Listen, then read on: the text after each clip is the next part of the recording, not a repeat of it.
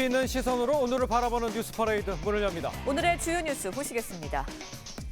이스라엘이 하마스와의 전쟁에서 승기를 잡은 모양새입니다. 이스라엘군은 하마스가 가자지구 통제력을 잃고 남쪽으로 도주 중이라고 밝혔는데 하마스 국회의사당을 장악한 사진도 확산되고 있습니다.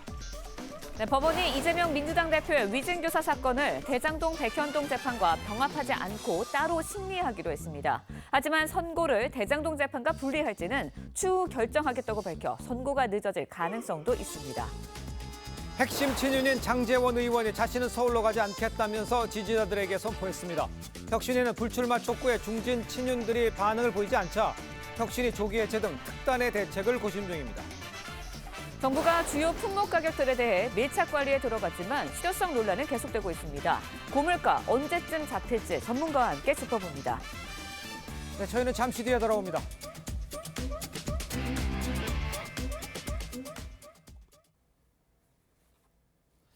시청자 여러분 안녕하십니까? 화요일 뉴스 퍼레이드 시작합니다. 이스라엘이 하마스와의 전쟁에서 승기를 잡은 모양새입니다. 이스라엘군은 하마스가 가자지구에서 통제력을 잃고 도주를 시작했다고 발표했습니다.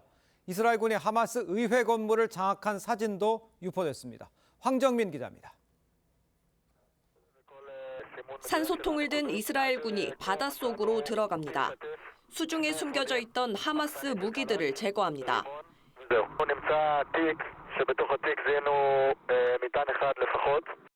이스라엘군은 가자지구에서 통제력을 상실한 하마스가 남부로 도주를 시작했다며 민간인 피란 행렬에 숨어든 하마스 대원 21명을 사살했다고 주장했습니다. 온라인상에는 이스라엘 보병연대가 가자지구 국회의사당을 장악한 사진이 확산하기도 했습니다. חצאי דברים, זה לא מבצע, זה לא סבב, פה הולכים עד הניצחון הטוטלי. 하지만 가자지구 북부병원들이 잇따라 가동을 멈추면서 이스라엘을 향한 국제사회의 휴전 압박도 커지고 있습니다. 미국 정부도 우려를 표했습니다. I hope and expectation that there will be less intrusive action relative to the hospital. We're in contact. 하마스는 5일간 휴전을 대가로 어린이와 여성인질 최대 70명을 석방하는 방안을 제안한 것으로 전해졌습니다. TV조선 황정민입니다. 네, 법원이 이재명 민주당 대표의 위증교사 사건을 대장동 백현동 재판과 병합하지 않고 따로 심리하기로 했습니다. 대장동 사건과 관련이 없고 쟁점도 다르다고 법원은 판단했습니다. 윤태윤 기자의 보도입니다. 2018년 검사 사칭 사건 관련 선거법 재판에서 김모 씨에게 위증을 해달라고 요구한 혐의로 재판에 넘겨진 이재명 대표. 이 대표 측은 방어권 보장 등을 이유로 대장동 백현동 재판과 함께 심리해야 한다고 주장해왔습니다. 위증교사 관련해서 다른 표현이 따로 재판 결정인데 어떤 생각이신가요? 하지만 재판부는 위증교사 사건을 따로 심리하기로 결정했습니다. 재판부는 위증 혐의를 받는 김 씨가 대장동 사건과 관련이 없고 쟁점도 다르다고 이유를 밝혔습니다. 사건을 병합하면 재판이 늦어질 수 있다는 검찰의 의견을 받아들인 겁니다. 앞서 이 대표는 구속영장 실질심사에서 법원은 위증교사 혐의는 소명된 것으로 보인다고 밝혔습니다. 분리해서 심판하다가 피고인에 대해서는 먼저 판결을 내릴 수도 있다. 이렇게. 재판부는 재판 진행만 분리해서 할 뿐 선고를 대장동 재판과 분리할지는 추후 결정하겠다며 선고는 늦어질 수 있다는 여지를 남겼습니다. TV조선 윤태윤입니다. 위증교사 재판은 사건이 비교적 단순해 내년 총선 전에 판결이 이루어질 것이라는 관측이 법조계 안팎에서 나오고 있습니다. 반면 재판이 지연될 수도 있고 또 법원 휴전기란 점에서 결과가 늦을 수도 있다는 관측도 적지 않은데요. 선고 시기를 좌우할 변수들 김도영 기자가 정리했습니다. 위증교사 사건이 대장동 개발 의혹 등 다른 사건들과 병합됐다면 1심에만 최대 수년이 걸릴 수 있었습니다. 하지만 별도 재판으로 진행되면서 내년 총선 이전에 선고가 이뤄질 것이라는 전망도 나옵니다. 위증 혐의를 받는 당사자인 김모 씨가 자백했고 핵심 증거인 이 대표와 김 씨의 녹취록도 확보되어 있어 빠르게 심리가 진행될 것이란 게 법조계 일각의 분석입니다. 총선 전 1심에서 금고 이상의 형이 선고되면 이 대표의 사법 리스크가 부각돼 선거에 큰 변수가 될 수 있습니다. 하지만 다른 시각도 있습니다. 재판부는 사건을 급하지 않게 통상적으로 진행하겠다고 했는데 위증교사 재판은 통상 짧게는 6개월에서 길게는 1년 반 정도 걸리기 때문에 현실적으로 총선 이후에 판결이 이루어질 거란 분석이 있습니다. 또 이 대표 측에서 재판 지연 전략을 쓸 수도 있고 12월 말부터 2주 동안 법원이 휴정 기간에 들어가는 점도 변수입니다. 위증교사는 유죄가 인정되면 5년 이하 징역 또는 1,000만 원 이하 벌금으로 처벌받습니다. 만약 대선 전 금고 이상의 확정 판결이 나올 경우 이 대표는 피선거권을 잃게 돼 대선 구도에도 변수가 될 전망입니다. TV조선 김도영입니다.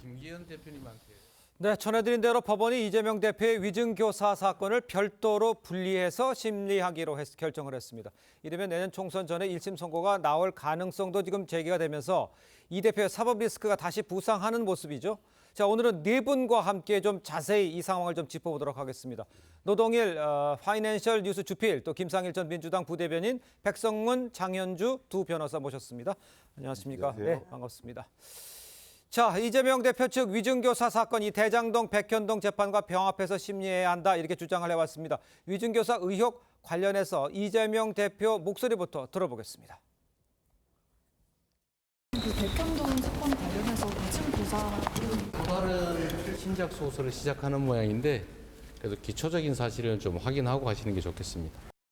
위증교사 관련해서 다른 피고인 따로 재판 결정인데 어떤 생각이신가요? 자, 이재명 대표 측이요, 방어권 보장 차원에서 위증교사 사건을 이 다른 사건과 이 병합하기를 원했었습니다. 자, 법원은요, 검찰의 손을 들어줬다고 볼 수가 있겠죠. 근데 이유가 궁금합니다. 먼저 백성문 변호사께서 좀 설명을 해주셔야 될 것 같아요. 일단 지금 형사 합의부 제3부에서 예.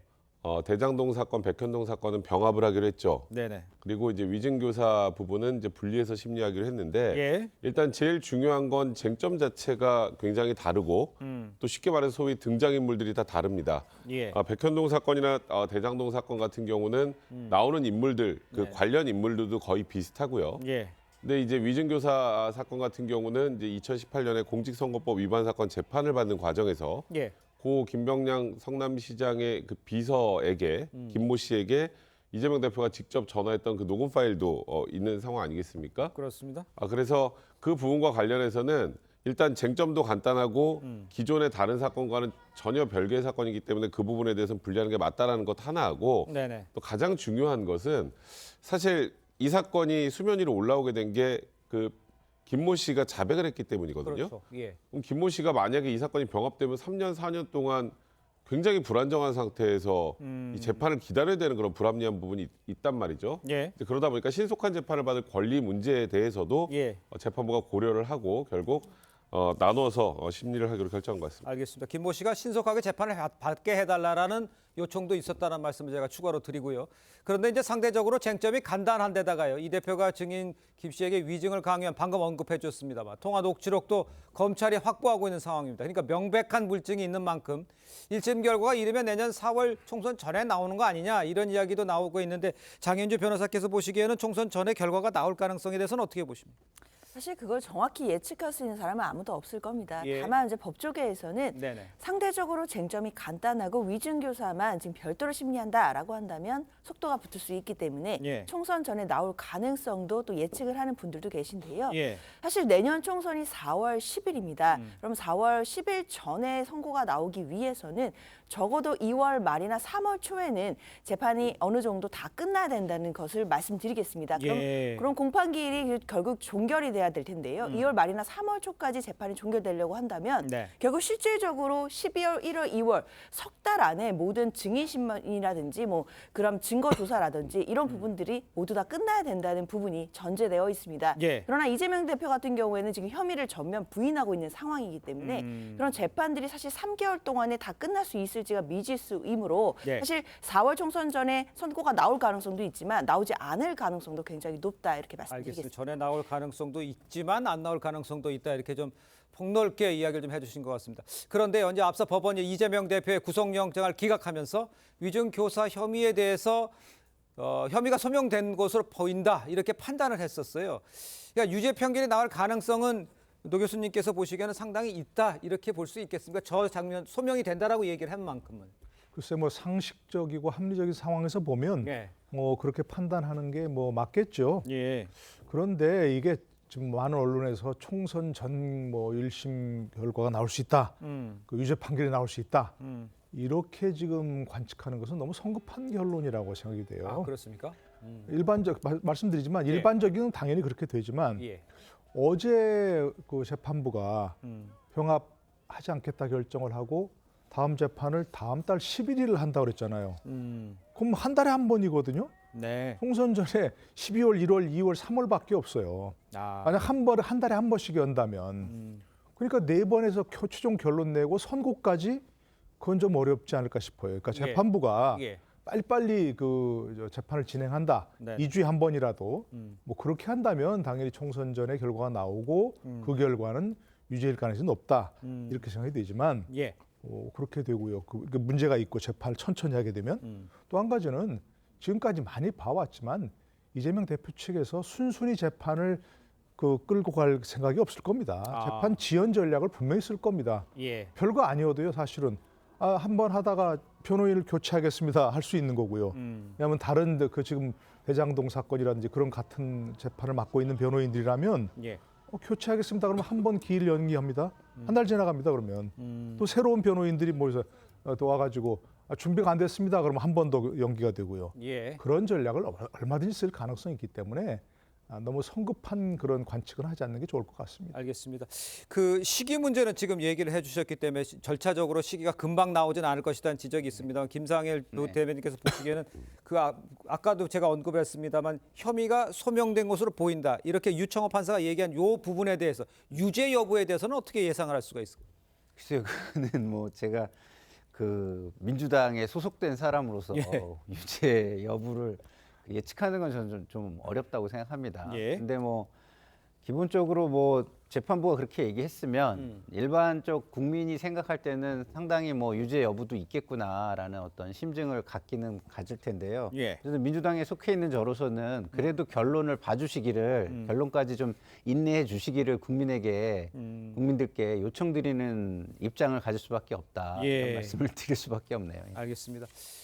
자, 일단요, 영장이 이제 기각이 되면서 이제 고비를 넘겼던 이 대표가 사법 리스크가 다시 부상하는 모습이라고 볼 수가 있겠습니다.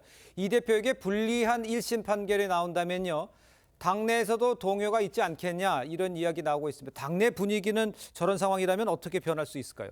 당내 분위기는 총선 전에 이것이 결론이 날 수도 있다라는 뭐 이야기가 있을 때 좀 동요가 있는 것이 사실입니다. 그러나 지금 우리 노동일 주필님께서 말씀하셨듯이 이게 총선 전에 끝나지 않는다면 의외로 동요가 별로 없을 것 같다 이런 의견도 있는 만큼 기본적으로 이게 총선 전에 결론이 나느냐 안 나느냐에 따라서 당내 동요는 크게 판도가 달라질 것으로 저는 보입니다.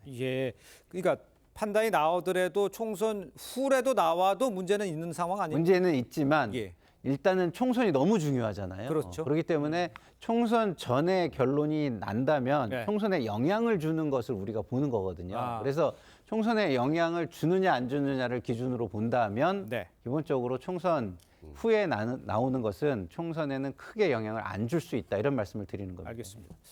일단요, 통상적으로 위증 사건의 경우에 처벌은 어느 정도가 되는지도 관심입니다. 백성 변호사께서 보시기에는 어느 정도입니까? 일단 위증이라는 것 자체가 법원을 쉽게 말해서 속이는 것 아니겠습니까? 형량은 5년 이하의 징역형 또는 1,000만 원 이하의 벌금형에 해당하지만 실질적으로 위증이나 위증교사에 대해서는 법원에서도 굉장히 죄질을 안 좋게 봅니다. 유죄 판단을 할 경우에는 제가 뭐 유죄 판단을 지금 예단하는 건 아니고요. 만약에 유죄 판결이 나온다면 이번 사건 같은 경우는 과거에 검사 사칭 사건으로 이재명 대표가 과거에 유죄 판단을 받은 적이 있었죠. 근데 기억해 보시면 2018년에 공직선거법 위반 사건 허위사실 공표죄 관련해서 지금 이 검사 사칭 사건과 관련된 이재명 대표의 발언이 거짓이 아니다라는 취지로 무죄가 나왔단 말이에요. 그렇다면 이 위증 교사가 사실이라면 이 위증 교사가 실제 2018년의 공직선거법 사건의 재판에 영향을 크게 준 겁니다. 그렇죠? 재판에 영향을 크게 준 위증 사건 같은 경우에는 법원에서 훨씬 더 중하게 봅니다. 그래서 이번 사건 같은 경우 만약에 유죄 판단이 나온다면 최소한 징역형의 집행유예 이상형이 나올 수밖에 없는 구조다 이렇게 말씀드리면 될 것 같습니다. 알겠습니다. 자, 이런 상황에 아까 이제 장현주 변호사도 언급을 해줬습니다만 내년 2월에 법관 정기 인사도 있고 또 재판부가 바뀌면 이 대표 측이 재판 지연 전략에 나설 수도 있다 이런 관측 여러 곳에서 나오고 있잖아요. 안에 계셔 보니까 그렇다면 지금 상황에서는 4월 정도에 나올 상황은 아니고 또 집행 지연이라는 뭐 이야기도 계속 나오고 있는데 결과가 예상하기가 어렵다 이렇게 봐야겠나요? 그렇죠. 여러 가지 변수들이 있습니다. 일단 2월에 법관 정기 인사가 있긴 있는데요. 예. 사실 지금 이재명 대표에 대한 재판을 맡고 있는 이 재판부가 과연 인사 이동 대상이 될지부터가 좀 불명확합니다. 네네네. 아무래도 중요한 재판을 맡고 있고 또 워낙 또 사건이 복잡한 사건들을 많이 맡고 있기 때문에 재판부가 인사 이동을 하지 않을 가능성도 높습니다. 예. 그렇다면 2월에 인사 이동과 별도로 계속해서 재판이 진행될 가능성이 있는 것이고요. 네. 그리고 이재명 대표로서는 본인이 일단 이 혐의를 전면 부인하고 무죄 취지 주장을 할 것이기 때문에 네. 관련해서 여러 가지 공방들을 벌일 것으로 보입니다. 뭐 증인 신청이라든지 그리고 각종 증거에 대해서도 부동의하는 듯 그 여러 가지로 피고인들이 쓸 수 있는 방어권을 또 충분하게 행사할 것으로 보이기 때문에 예. 제가 생각했을 때는 총선이 4월 10일이라고 한다면 사실상 뭐 석 달 정도 12월, 1월, 2월 석 달 정도 안에 모든 쟁점에 대해서 공방이라든지 재판 절차가 마무리되기에는 현실적으로 어려움이 있지 않겠나라는 예상이 듭니다. 알겠습니다. 자, 이런 상황에서요. 위중교사 의혹 재판까지 진행이 되면 이 대표 주 3회 재판에 출석하게 된 상황입니다. 그렇다 보니까 이 재판 리스크가 커지고 있는 상황에 당무에는 지장이 있지 않겠느냐 이렇게 보는 시각도 있습니다. 노 교수님께서 보시기에 당무가 일주일에 3번씩 재판 참석한다? 당무는 보기가 쉽지 않아 보이는 건 어떻게 보십니까? 네, 지금 뭐 만약 어제가 월요일이었죠. 네. 12월 11일 위중교사 재판 열기로 한 12월 11일도 월요일입니다. 예. 근데 만약에 이제 같은 날 같은 죄에 걸린다면 월요일은 그 위중교사 재판이 있고요. 또 화요일은 대장동 재판이 있고요. 예. 금요일은 선거법 재판이 있습니다. 그러니까. 그런데 이제 아까 말씀드린 대로 위중교사 사건을 한 달에 한 번 할지 격주로 할지 일주일에 한 번 할지 아직 정해지지 않은 것 같거든요. 네. 근데 만약 한 달에 한 번 한다면 그건 큰 부담은 아닐 것 같고 그렇죠. 그다음에 또 화요일 대장동 사건은 매주 합니다만 네. 금요일 선거법 사건은 또 격주로 진행하고 있습니다. 예. 그러니까 어쨌든 뭐 매주 세 번 일주일에 3번 나가는 그렇지는 않은 상황이지만 예. 그렇다 하더라도 야당 대표가 국회의원이 이와 같이 그 3가지 재판을 계속한다는 것은 굉장히 부담스러운 거 아니겠습니까? 그렇겠죠. 그렇지만 아마도 이재명 대표 지금까지 상황을 이렇게 쭉 지켜보면 그거 가지고서 뭐 야당 대표가 이렇게 사법 리스크가 있으니까 대표를 못 하겠다든가 그러지는 않을 걸로 충분히 예측할 수 있을 것 같습니다. 알겠습니다. 일단요, 사법 리스크가 다시 부상한 이 상황에서 이재명 대표 내년 총선을 대비한 인재 영입에도 속도를 내고 있는 모양새죠. 목소리를 직접 들어보겠습니다. 매우 중요한 사안이라 제가 직접 인재위원장을 맡게 됐습니다. 제가 무슨 감투를 좋아해서 그런 건 아니고요. 직접 추천하시거나 아니면 자원해서 올려주시면 저희가 우리 국민의 눈높이에 맞춰서 훌륭한 인재들을 발굴하도록 하겠습니다. 자, 이제 민주당 법률위 부위원장을 맡고 계신 상황인데 장현주 변호사께서 이재명 대표 당내에서 험지 출마 요구도 나오고 있지만 개항을 하겠다. 또 주민들 소통 행보 이어가는 모습도 보였어요. 사법 리스크까지 부상한 상황에서 이 대표가 인재위원장을 맡아서 인재 영입까지 하고 있다. 이 여러 가지가 함께 있는 이 상황에서 옆에서 보시기에는 어떻습니까? 잘 진행이 되고 있는 거라고 보십니까? 인재 영입까지 하는 것까지? 사실 인재위원장을 이재명 당대표가 직접 이제 맡고 이 관련해서는 또 실무는 김성환 의원이 간사를 맡았습니다. 예. 그렇기 때문에 앞으로 총선을 앞두고 당연히 여당도 야당도 인재 영입이라든지 그리고 어떤 새로운 인재를 발굴해내는지 이런 부분에 대해서 국민들 앞에서 경쟁을 할 것으로 보이는데요. 예. 사실 인재위원장이나 뭐 인재 영입위원장을 예. 당대표가 맡는 것 자체가 그렇게 이례적인 상황은 아니긴 합니다. 그러니까 지난번 이해찬 당대표 시절에도 그 인재 영입위원장을 맡은 바가 있었기 때문에 예. 뭐 그런 취지라고 볼 수는 있겠는데요. 결국 이재명 대표가 어떤 인재를 그러니까 국민의 눈높이에 맞는 있는 인재를 얼만큼 잘 발굴할 수 있느냐 이게 가장 문제가 될 텐데 네. 지금 그래서 국민 추천제를 도입한다라고 합니다. 근데 이제 네네. 당에서 결국에는 국민 눈높이에 맞는 인재를 국민들로부터 직접 추천을 받겠다라는 취지이기 때문에 예. 이런 부분들이 잘 진행이 돼서 과연 국민들 보시기에 합당한 인물들을 당으로 모을 수 있는지 이런 부분들에 대해서 좀 평가를 받지 않을까 생각이 듭니다. 이제 그렇게 이제 모아서 평가를 받아야 되는데 일부에서는 이게 혹시 강성 지지층의 인기 투표장이 되는 게 아니냐. 그다음에 또 셀프 추천할 수도 있고 결정권은 이재명 대표가 쥐게 되는 거 아니냐. 이런 지적에 대해서는 어떻게 봐야 될까요? 그러니까 인재 국민 추천대인데 그 국민이 어떤 국민이냐에 따라서 다르지 않겠습니까? 네네. 이재명 대표 하면 떠오르는 게 굉장히 강하게 지지하는 강성 지지층, 소위 개딸이라는 분들이 많이 떠오르게 되고 그런 분들이 목소리를 많이 내서 추천한 인재가 만약에 인재 영입이 된다면 그거는 오히려 국민 눈높이에 전혀 맞지 않는 인재 영입이 되겠죠. 네. 근데 사실 이제 민주당에 대해서 가장 우려의 선을 보내는 건 이재명 대표 스스로 인재위원장을 맡았기 때문에 네. 결국은 친명 주도로 다음 공천도 진행될 거라는 예상이 충분히 가능한 상황에서 새로 영입되는 인물들도 대부분 이재명 대표의 강성 지지층이 호응하는 인물들로 구성이 된다면 이에 대해서는 아마 민주당 내부에서도 그렇고 외부에서도 그렇고 비판을 피하기 좀 어려울 겁니다. 그래서 일단 저희가 뭐 속단하거나 예단할 건 아니지만 예. 그런 우려를 충분히 아마 민주당 내에서도 인지를 하고 있을 것이고 네. 그래서 이제 영입되는 인사의 면면을 저희가 직접 본 다음에 평가를 하는 게 좋지 않을까 싶습니다. 영입되는 인사의 면면이라고 얘기했습니다. 지금까지 온 것만 보고 네. 밖에서 얘기할 때는 자 이런 상황에 사법 리스크까지 다시 도했고 네. 또 인재 영입까지 맡았다. 네. 그러면 글쎄 속된 표현으로 이재명 대표의 그립감은 더 강해지고 더 네. 친명 위주로 가지 않겠냐. 비명의 숨통은 더 조여지지 않겠냐. 이런 평가를 내리면 뭐라고 답하시겠습니까? 기본적으로 저는 강성 지지층이나 친명 친명 지지층은 네. 제가 볼 때는 이거에 대해서 별 문제의식이 없을 수 있어요. 그렇지만 중도층을 생각한다면 당연히 문제의식을 가질 수밖에 저는 없다고 봅니다. 그렇죠. 왜냐하면 우리가 지금 여당을 놓고도 그런 얘기 하잖아요. 네네. 대통령 측근들 일색으로 공천을 하면 총선 망할 것이다. 이렇게 얘기하는데 예. 왜 그 잣대를 민주당 우리 스스로에게는 들이대지 못하는가. 왜냐하면 그거는 그 중도층 국민들의 시각을 의식한 거거든요. 그렇죠. 중도층 국민들이 모든 사정을 지금 뭐 스스로 다 알아봐 주는 게 아니잖아요. 네. 장 변호사님 지금 말씀해 주시지만 그런 사정들을 국민들이 다 생각을 하고 학습을 하고 이걸 판단하겠습니까? 예. 그게 아니잖아요. 그냥 전면에 계속 이재명 당대표만 있구나. 그리고 이재명 당대표의 측근들만 계속 나오는구나. 그러면 그 중도층에 전해지는 메시지는 당연히 좋지 않을 것이고요. 예. 그것이 총선에 좋은 감동이나 좋은 결과로 이어지지는 않을 않을 것이다. 것 같다는 우려는 있습니다. 알겠습니다. 자, 지금부터는 국민의힘 소식도 짚어볼 텐데요. 리포터를 먼저 만나봐야 할 것 같아요. 인요한 혁신위가요. 조기 해체를 선언한 방안을 검토 중인 것으로 지금 전해졌습니다. 불출마 촉구에도 중진, 친윤 의원들 반응을 보이지 않자 특단의 대책을 꺼내든 것으로 보입니다. 김하림 기자입니다. 인요한 혁신위원장은 임명 직후 희생을 강조한 데 이어 이달 초엔 당내 중진과 친윤 의원들의 불출마와 험지 출마를 촉구했습니다.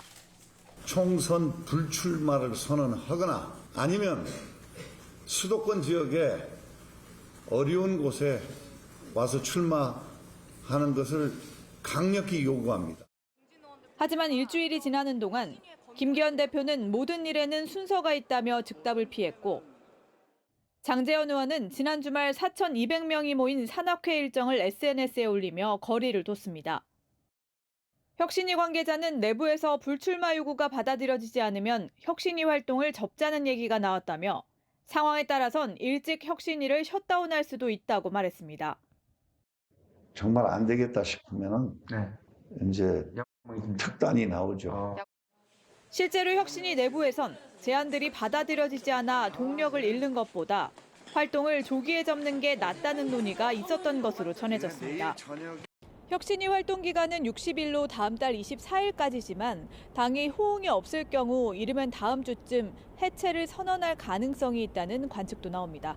TV조선 김하림입니다. 자, 이렇게 혁신위가 조기 해체론까지 꺼내든 거는요. 윤석열 대통령의 핵심 측근들 험지 출마를 거부하기 때문입니다. 특히 장제원 의원 서울을 가지 않겠다고 지지자들에게 선포를 했습니다. 신유만 기자입니다. 등산복을 입은 중장년층들이 줄을 이어 국민의힘 장제원 의원과 악수를 합니다. 커다란 체육관이 4천여 명의 산악회원으로 빽빽이 들어찬 가운데 장 의원이 지역구 부산 사상을 떠나지 않겠다며 소리 높여 연설합니다. 저는 제 단량한 정치 인생 연장하면서 서울 가지 않겠습니다, 여러분. 사상 밝히는 꿈 완성하는 그 업적하는 건 족합니다, 여러분. 장 의원은 다음 날 지역 교회 간증에서는 정치 인생 15년간 풍파를 겪어왔다며 당 혁신위에 험지 출마를 언급했습니다. 15년 동안 많은 어려움도 겪고 풍파도 있었고 요즘도 장제원이 험지 출마하라 그래서. 혁신위 인요한 위원장은 혁신위 요구에 역행하는 사람이 있다며 사실상 장 의원을 지목했습니다. 우유를 마실래 아니면 매를 좀 맞고 우유를 마실래 이런 입장입니다. 김기현 대표와 이철규 인재영입위원장, 권성동 의원 등 다른 친윤 의원들도 아직 입장을 내지 못하고 있는 가운데 인 위원장 뒤에 윤심, 즉 윤석열 대통령의 지지가 있다는 기류가 퍼지며 핵심 친윤계들에게 결단의 시간이 다가오고 있다는 평이 지배적입니다. TV조선 신유만입니다. 자, 보신 대로 장제원 의원을 비롯한 이 주호영 의원 등 다선 중진들은요, 혁신위의 험지 출마 요구에 이 사실상 거부 의사를 밝혔습니다. 이와 관련한 인요한 혁신위원장의 입장을 다시 한번 좀 목소리 들어보도록 하겠습니다. 권고 사항이었기 때문에 또 역행하는 사람도 있고 그중에 그렇지만 단도적으로 말씀드리면은 우유를 마실래 아니면 매를 좀 맞고 우유를 마실래 이런 입장입니다. 저는 안에서는 안 됩니다. 제가 누구 말을 듣고 후퇴하거나 그럴 사람도 아니고요. 장제원 의원도 역행하는 사람에 들어가는 겁니까, 위원장님? 네. 그 행동이 무슨 행동인지 아직 저도 잘 이해가 잘 안 되고 있습니다. 자, 지금 뭐 직접 들어보셨으면 노 교수님 지금 보면 글쎄요, 회초리를 때리겠다 뭐 이렇게 해석을 해야 됩니까? 글쎄요, 저분들을 때릴 해초리가 뭐가 있는지는 잘 모르겠습니다. 예. 뭐 지금 일부 언론에 나온 것처럼 저렇게 역행하면 그야말로 혁신이 해산될 수도 있다 이렇게 얘기를 하는데 뭐 그런 것들인지 잘 모르겠습니다. 근데 참 모르겠습니다. 저 화면에 보면 사람을 동원하고 버스를 동원하고 네. 지지자들 동원해서 저렇게 하는 모습 참 구태의연한 모습이죠. 저런 모습을 좀 바꾸라. 이게 쇄신이고 혁신일 텐데 예. 저런 걸로 본인의 어떤 무력 시위를 하는 예. 그런 모습은 좋아 보이지는 않습니다. 지금 그래도 국민의힘이 뭐 과거 강서구청장 얼마 안 됐지만 강서구청장 선거 패배하고 나서 내년 선거도 뭐 좀 불투명하다, 참패할 것이다 이런 얘기가 많았는데 그래도 인요한 혁신위가 활동하면서 뭔가 긍정적인 뉴스가 많이 나오고 있잖아요. 예. 뭐 그나마 그래서 또 막 그 여파인지 지지율도 좀 올라갔다는 그런 얘기고 그런데 저렇게 저 어떤 혁신안이라고 내놓았는데 예. 그에 대해 저렇게 갈등을 하면 혁신이 존재 자체가 의미가 없어져 버리는 거죠. 그게 예를 들어서 중진이라든지 친윤이라든지 지도부라든지 이런 사람들이 불출마 선언하라 네. 또는 험지로 가라 이게 혁신인지 잘 모르겠어요. 저는 개인적으로는. 그렇지만 어쨌든 혁신안이라고 내놨지 않습니까? 예. 그리고 김기현 대표가 인요한 혁신위원장에게 전권을 주겠다고 얘기했는데 그에 대해서 호응하지 않으면 전권을 준 게 안 되잖아요. 아니잖아요. 예. 그러니까 저 부분에 대해서는 어쨌든 어떤 것이든 호응을 해야 한다. 그렇지 않으면 다시 한번 국민의힘은 위기에 빠진다. 이렇게 얘기할 수밖에 없고요. 예. 근데 한 가지 조금 다른 면을 생각하면 인요한 혁신위원장이 너무 저런 문제를 빨리 내놓은 것 아닌가 싶어요. 시기적으로. 예. 왜냐하면 저런 문제는 공천이 본격화되고 막바지에 이르렀을 때 깜짝으로 뭐 정말 그 김기현 대표부터 시작해가지고 네네. 또는 뭐 중진들 아까 얘기한 뭐 친윤 의원들 이런 분들이 그때 선언을 해야 뭔가 효과가 극대화되는 거 아닌가 싶어요. 근데 지금 만약 뭐 김기현 대표 불출마 선언하면 그 효과가 뭐 얼마나 가겠습니까? 국민들이 긍정적으로 받아들인 것이. 예. 그렇기 때문에 인요한 혁신위원장도 저 문제는 던져놓고 네네. 김기현 대표와 숙고하면서 언제든 결단하겠다. 이런 쪽으로 아마 좀 끌어내는 게 그런 입장을 끌어내는 게 바람직하지 않을까. 지금 당장 선언하지 않으면 나 그만두겠어. 이렇게 하는 건 조금 바람직한 모습은 아니라고 생각합니다. 알겠습니다. 일단 시기적인 문제도 지금 지적을 해주신 건데 김상일 평론가께서 보시기에는 여당 중진 의원들의 반발 이거는 뭐 밖에서 봤을 때는 일단 뭐 사상구에 있는 뭐 장제원 의원 같은 경우에 지역 주민들의 의견도 있다는 표현을 할 수도 네. 있을 것 같아요. 네. 어떻게 보셨습니까? 중진 의원들의 반발은. 뭐 지역 주민들의 의견이 있다라고 말하려면 그 지역 국회의원으로 정치를 끝내야죠. 네. 예. 큰 정치를 하고 싶다는 게 뭐 큰 정치를 할 필요가 없다라고 선언을 해야죠, 본인이. 예. 저는 뭐 지역 정치만 하겠습니다. 중앙 정치는 뭐 하지 않고 다른 분을 돕겠습니다. 이렇게 한다면 저 말이 맞습니다. 근데 지금 그 여당의 가장 중요한 게 뭘까요? 다음 총선 아닙니까? 예. 근데 장제원 의원이 이 정권의 핵심 인사라면 네, 저렇게 네. 하면 안 되죠. 총선을 이기는 게 본인의 승리 내지는 본인의 앞으로의 개인적 정치보다 훨씬 중요하다는 거를 인식해야 된다고 생각합니다. 예. 그래서 이렇게 한두 명 핵심 측근이 내려놔야 총선에 주도권을 쥐고 강한 드라이브를 걸 수가 있는 거예요. 지금 인요한 위원장이 혁신 드라이브를 걸 수 있는 이유가 뭐겠습니까? 본인에게 왔던 인재 영입이라든가 아니면은 뭐 공천 뭐 약속이라든가 이런 거를 다 내려놨기 때문에 예. 본인은 총선 안 나간다라고 선언을 했기 때문에 네네. 혁신 드라이브를 걸 수 있는 거예요. 자기가 도덕적 우위에 섰기 때문에. 예. 그러면 지금 총선의 주도권을 쥐고 총선의 드라이브를 걸 사람이라는 사람들, 네. 그렇게 예상되는 사람들은 예. 그거를 희생을 하고 그 역할을 하려고 해야지 희생도 안 하고 모든 좋은 것만 내가 다 하겠다라고 한다면 제가 볼 때 총선은 굉장히 암울해진다, 결과가 암울해진다 이렇게 말씀을 알겠습니다. 드릴 수 있겠습니다. 그 백성민 변호사께 이렇게 여쭤봐야겠어요. 지금 뭐 아까 인현 위원장가 특단의 조치 해체 예는 얘기도 나왔잖아요. 그런 상황에서는 이건 어떻게 상황이 펼쳐지는 건가요? 만약에 아무 호응이 없어서 혁신위를 해체한다면 뭐 이런 표현까지 좀 격하게 써서 죄송합니다. 국민의힘 망하는 거죠. 네. 말 그대로. 국민의힘이 강서구청장 보궐선거에서 참패를 하고 사실상 지도부도 그대로 있는 상황에서 혁신위가 생기면서 뭔가 국민의힘 변화시키겠다는 그런 제스처를 내놓은 건데 예. 혁신위에서 내놨던 두 개의 키워드가 통합과 희생입니다. 네네. 근데 통합 부분도 사실 이준석 대표 전 대표의 지금 신당 뭐 창당론하고 맞물려서 예. 뜻대로 잘 되지 않는 상황이고 사실 그거보다 어찌 보면 대중들에게 더 와닿는 희생과 관련해서 중진들이 아무 반응이 없다면 네. 혁신위는 존재 이유가 없죠. 그러니까 다음 달 24일, 그러니까 크리스마스 이브까지가 원래 혁신위 활동 기간인데 그렇죠. 만약에 지금 이 상황에서 아무것도 되지 않아서 혁신을 접는다. 네. 그러면 국민의힘은 강서구청장 보궐선거 직전으로 돌아가는 겁니다. 그런 정도의 당의 상황, 현실을 좀 직시하고 네네. 국민의힘 내부의 중진들도 어떤 식으로도 호응할 필요가 좀 있을 것 같습니다. 알겠습니다. 자, 다음 주제도 리포트로 먼저 만나보겠습니다. 송영길 전 민주당 대표에 이어서 민형배 민주당 의원도요. 한동훈 법무부 장관을 향해서 원색적인 비난을 쏟아냈습니다. 정치를 후지게 만드는 건 한 장관이라면서 입에 담지 못할 독소를 퍼붓습니다. 안윤경 기자입니다. 민형배 더불어민주당 의원이 어제 페이스북에 남긴 글입니다. 어이없는 XX네 정치를 누가 후지게 만들어라는 제목을 달고 한동훈 법무부 장관 관련 기사와 사진을 올렸습니다. 민 의원은 정치를 후지게 한 건 한동훈 같은 XX다라면서 검찰권을 정치에 악용해 존재 자체가 후지다고 했습니다. 또 한 네티즌의 댓글이라며 대한민국 헌정 역사상 이렇게 입이 가볍고 혀가 길고 대놓고 정치적인 국무위원이 또 있었나 싶다. 한 씨는 날이 갈수록 더 기고만장해서 도무지 입을 가만히 두지 않는다고 썼습니다.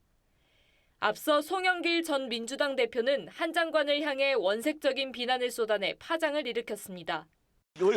와가지고 국회에 와서 이 300명 지보다 인생 선배일 뿐만 아니라 한참 검찰 선배놈들을 조롱하고 능멸하고 이 그대로 놔둬야 되겠습니까 이게?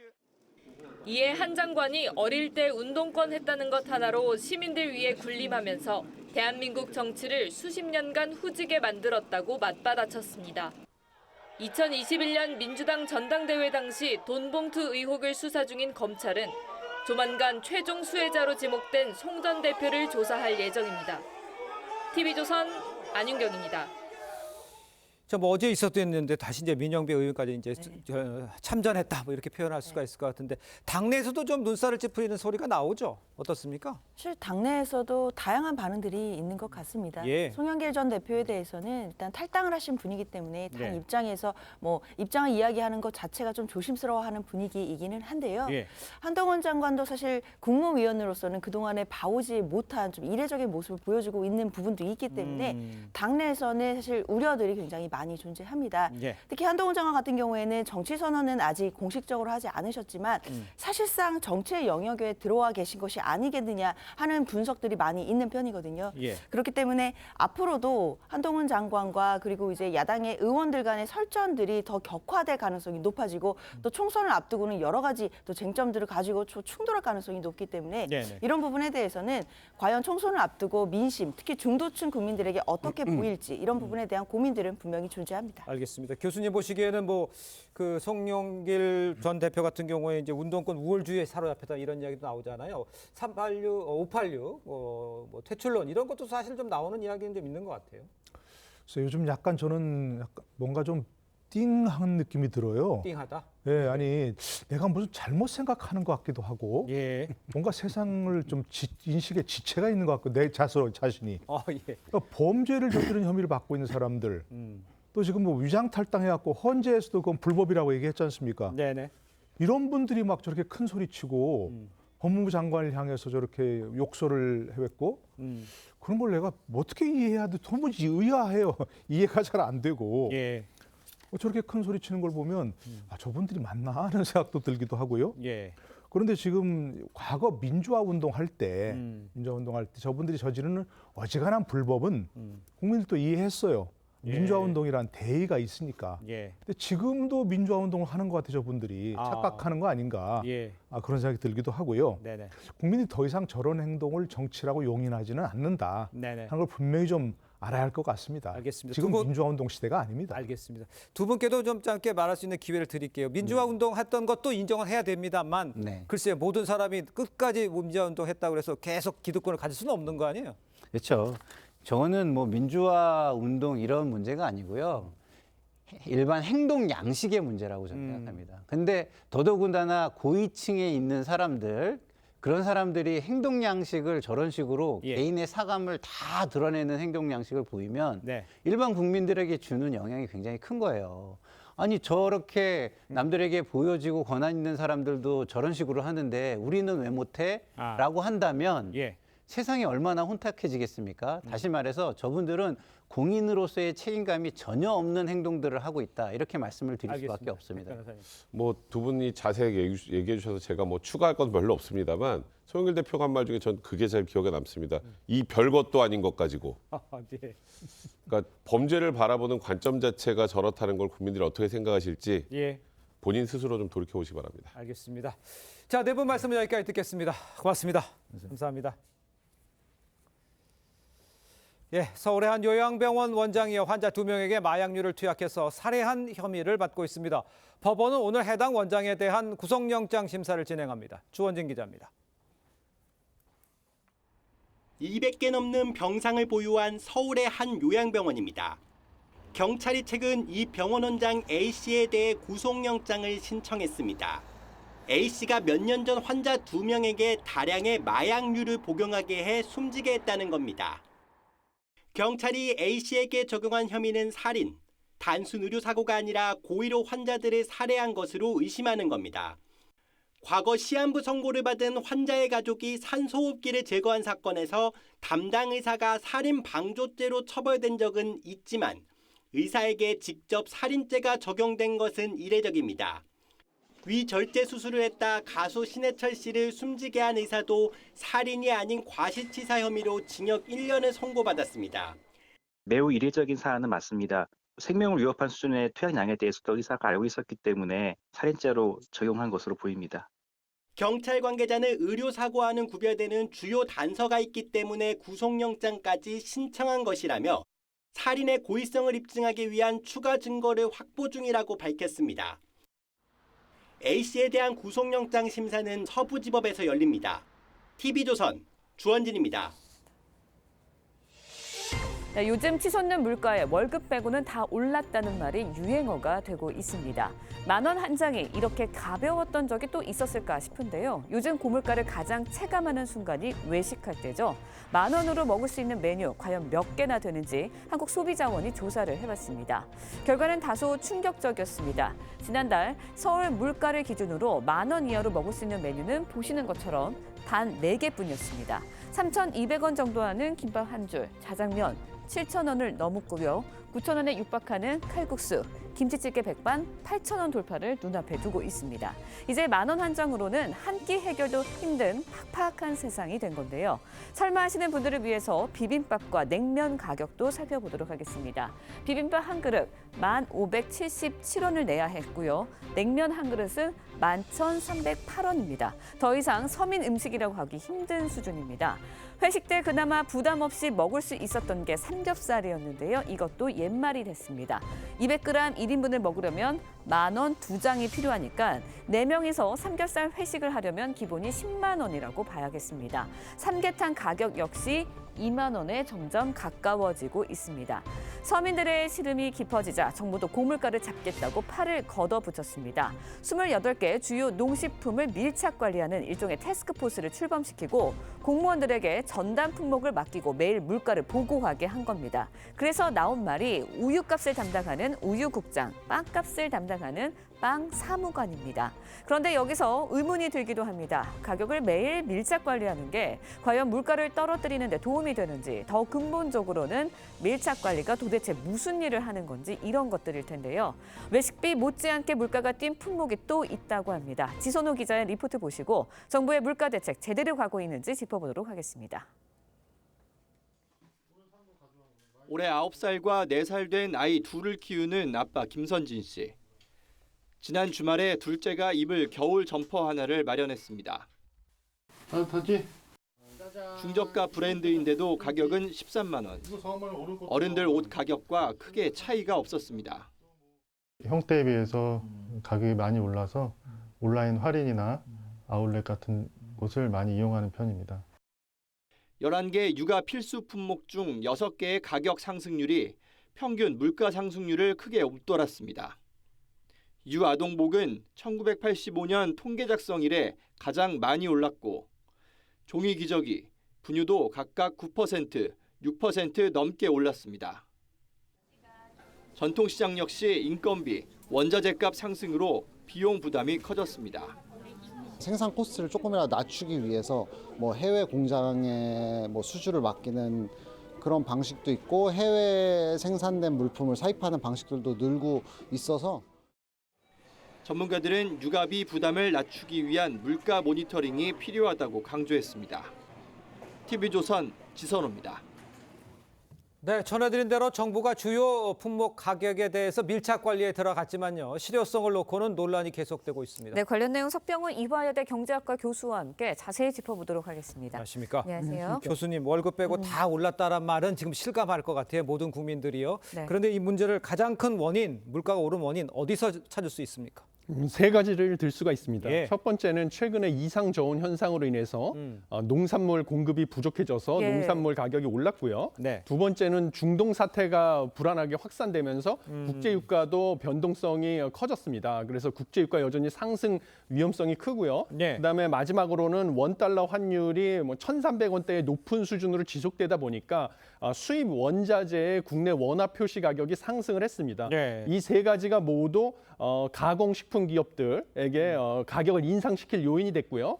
가공식품과 농산물 가격이 인상되니까 당연히 순차적으로 외식비 가격 역시 인상될 수밖에 없는 예. 상황이 되었습니다. 네, 정부도 이 상황을 이제 심상치 않게 보고 있는 것 같습니다. 28개 품목 가격을 매일 점검하겠다면서 전담 공무원을 지정을 했거든요. 우유국장, 빵 사무관 이렇게 해서 등장을 하게 됐는데 정말 물가를 잡는 데 도움이 되는 건가요? 예, 저는 물가를 잡는 데 도움이 되지 않을 것이라고 보고 있습니다. 예, 일단 그 담당 공무원들이 하는 역할이라는 것이 예. 결국은 생산업체, 소비자 단체 등하고 현 소통을 하면서 애로사항 발굴하고 해결 방안 제시해 주는 대가로 뭐 정부 정책에 협조해 달라 이런 식의 역할을 할 거라고 얘기를 하고 있는데요. 그래서 뭐 필요하면 해당 기업 직접 공무원이 방문하고 업체들하고 간담회까지 열겠다 이런 것인데요. 이런 것이 지금 당장은 기업들이 정부의 눈치를 봐서 물가를 못 올리고 있지만요. 가격을 못 올리지만 결국은 자유시장 경제 시스템하에서 영원히 물가를 통제할 수는 없는 노릇입니다. 그래서 나중에 물가 통제가 풀리게 되면 지금 가격을 못 올려서 이윤이 줄어든 것까지 만회할 정도로 다시 큰 폭으로 올릴 것이기 때문에 지금만 물가가 안정된 것처럼 보이는 착시 효과만 유발할 것이다라고 보고 있습니다. 그러니까 이제 밀착 마크에서 어떻게 되는지 좀 살펴봐라. 뭐 이런 쪽으로 해석을 할 수가 있겠는데 그렇다면 만약에 예를 들어서 우유국장 같은 경우에 변동이 있으면 그 프레시어를 부담을 많이 느끼겠는데요? 예, 그렇습니다. 당연히 자기가 할당받은 품목의 가격이 많이 올라가게 되면 당연히 압력을 받게 되고요. 그다음에 해당 공무원 입장에서도 우리나라 같은 자유시장 경제 체제 하에서 해당 품목의 가격은 시장에서 수요 공급에 의해서 결정이 되는 거지 뭐 개인 공무원이 압박을 한다고 해서 붙잡아 놓을 수 있는 것이 아니거든요. 그래서 결국은 이런 것이 기업에 대한 또 추가적인 압박으로 제공될 유인이 있어가지고 이건 좀 불합리한 정책이다 이렇게 보고 있습니다. 그렇군요. 기억하시는 분들이 있을지 모르겠지만 이 정책이 이명박 정부 당시 물가관리 책임 실명제를 연상케 한다라는 지적도 있습니다. 당시에는 배추국장이 등장하기도 했다고 하는데 당시에도 효과가 있었나요? 당시에도 효과가 없었습니다. 당시에도 50개 품목을 지정을 해가지고 전담 관리를 했는데요. 아까 제가 말씀드린 것처럼 정부에서 감시를 하고 있을 때는 가격을 안 올리다가 감시가 풀어진 다음에 지금 이윤 감소된 것까지 만회할 정도로 큰 폭으로 올려가지고요. 그 5년을 놓고 봤더니요. 그 해당 50개 품목의 가격이 오히려 소비자 물가지수 상승률보다 1.6배나 더 크게 오르는 그런 결과를 얻어서 사실상 실패를 했다라고 보고 있습니다. 이게 정부가 이제 압박을 하면 쉽게 올리진 못하겠지만 또 다른 꼼수들이 있을 수 있잖아요. 뭐 양을 줄인다든가 이런 것도 좀 생각을 해봐야 될 것 같아요. 예, 그렇습니다. 당연히 기업의 입장에서는 가격을 못 올리게 되면 비용은 상승을 했는데 이윤을 유지하기 위해서 양을 줄이는 방식, 이걸 갖다가 영어로 줄인다는 슈링크와 인플레이션을 합쳐서 슈링크플레이션이라고 부릅니다. 이런 방식으로 대응을 할 수가 있습니다. 그래서 실제로 최근에 여러 가지 지금 가격은 그대로인데 중량을 줄이는 식으로 그래서 김도 중량이 줄어들고 참치캔도 줄어들고 뭐 냉동 만두나 핫도그 같은 경우는 아예 개수를 줄여버리는 식으로 기업들이 대응을 하기 때문에 이러면 소비자 입장에서는 가격은 그대로인데 내용물이 줄어드니까 실질적으로는 가격이 상승한 것과 동일한 그런 영향을 받게 되는 것입니다. 소비자 입장에서 좀 속는다라는 생각이 들 수 있을 것 같은데 정부가 이제 지나치게 개입을 할 경우에는 오히려 부작용이 더 클 수도 있다 이런 지적도 나오고 있거든요. 예, 맞습니다. 지금 부작용 같은 경우는 정부가 개입을 해서 감시를 하게 되면 지금은 물가가 잡힌 걸로 보입니다. 그러면 이게 소비자 물가지수라는 지표 자체를 왜곡하게 되고요. 그러면 한국은행에서 결국은 물가를 잡기 위해서는 기준금리를 적절하게 조정을 해야 되는데 소비자 물가지수 상승률 자체가 인위적으로 억제가 되니까 적절한 타이밍에 기준금리 조정을 못 하고요. 결국 이거는 나중에 정부의 가격 통제가 없어진 다음에는 물가가 다시 상승을 하기 때문에 결국 고물가와 고금리로 전 국민이 고통받는 기간만 길어질 위험성이 있습니다. 지금 이제 교수님 얘기를 쭉 들어오면 특단의 대책은 없고 밀착 마크도 쉽지 않을 것 같고 이런 상황에서 그럼 교수님이라면 뭐 어떻게 이 고물가를 해결해야 된다? 뭐 좀 팁을 좀 주시는 게 좋겠습니다. 예, 그러니까 결국 시장의 원리에 맞춰서 물가를 잡을 방법을 강구해야 되는데요. 그렇죠. 그러니까 농산물 지금 이상 저온으로 공급이 부족해져서 농산물 가격이 상승을 했으니까 정부가 비축한 농산물을 시장에 더 푼다든지 아니면 할당 관세라고 해서 일정량에 대해서 수입 관세를 낮춰주는 정책이 있습니다. 그런 식으로 수입 농산물을 값싸게 들여와서 국내 시장에 풀면요. 농산물 가격이 안정이 되고 순차적으로 가공식품 가격과 외식비 역시 안정이 되는 효과를 얻을 수가 있습니다. 이런 식으로 시장 원리에 기반한 정책 대응이 필요하다고 생각합니다. 알겠습니다. 고물가가 언제쯤 잡힐지 이것도 좀 관심입니다. 계속 이렇게 고물가로 갈 수는 없잖아요. 어떻게 전망하시나요? 예, 지금 정부에서는 농산물 가격이 최근에 안정세에 접어들어서 이번 달에 소비자 물가지수 전년 동월 대비 상승률은 3.8%였지만 다음 달에는 3.6% 안팎으로 낮아질 것이라고 예측을 하고 있습니다. 그런데 국내외 기관들 같은 경우에 내년에 우리나라의 물가 상승률도 여전히 2% 중반대로 한국은행의 물가 안정 목표인 2%보다 높을 것으로 예상이 됩니다. 그래서 내년에도 당분간 고물가는 지속될 것이고요. 반면에 기준금리 인하가 기준금리가 어떻게 되느냐도 또 관심사인데요. 예. 기준금리 같은 경우는 이 물가 상승률이 서서히 안정이 되면서 내년 하반기쯤에 기준금리 인하는 가능할 것으로 보입니다. 그러니까 교수님 얘기는 지금 당장은 고물가가 계속 유지되지만 아까 말씀하신 그런 제한들, 농수산물 이런 걸 갖다가 적절히 척해서 그 시기를 좀 공급가 낮춰지는 시기를 당겨야 된다 이런 그렇습니다. 말씀이신가요? 예, 맞습니다. 예, 공급을 늘리는 방식으로 농산물 가격을 안정시키고 순차적으로 외식비, 가공식품 가격을 안정시킴으로써 이렇게 한국은행도 물가가 안정이 되면 기준금리 인하를 할 수가 있습니다. 그럼 기준금리 인하 시점을 최대한 앞당기는 방식으로 시장 원리에 입각한 정책을 해야 된다 이렇게 보고 있습니다. 알겠습니다. 자, 교수님 말씀 여기까지 듣겠습니다. 고맙습니다. 고맙습니다.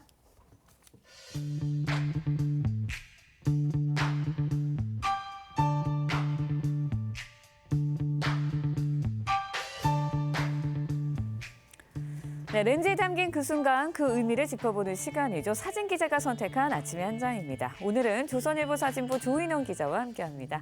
안녕하세요. 오늘 아침에 볼 사진 어떤 건가요?